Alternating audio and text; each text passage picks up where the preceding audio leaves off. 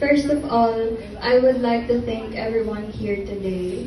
It is truly an honor to stand here as one of the F&B managers for the MAC Operations 2025.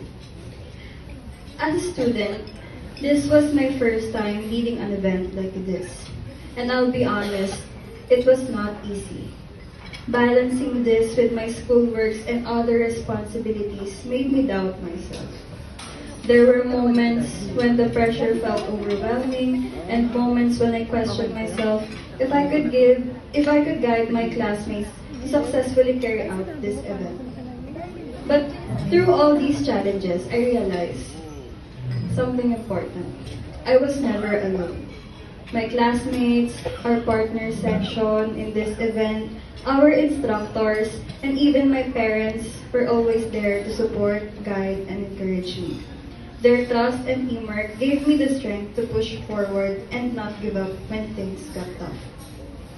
This experience has taught me so much.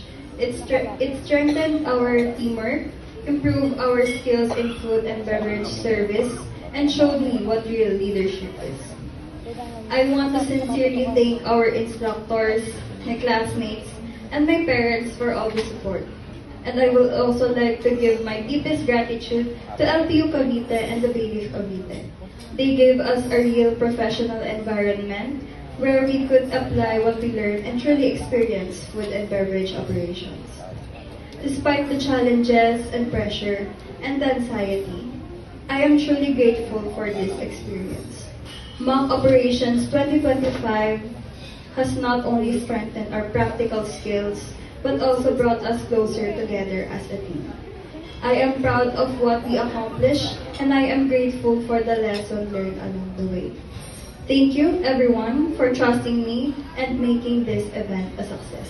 Mabuhay! Thank you so much, Ms. Addison, for those powerful and meaningful words. Your message beautifully captured the passion and unity that guides everyone towards a successful MAC operation. To formally express our appreciation, we will now hear the address of thanks from our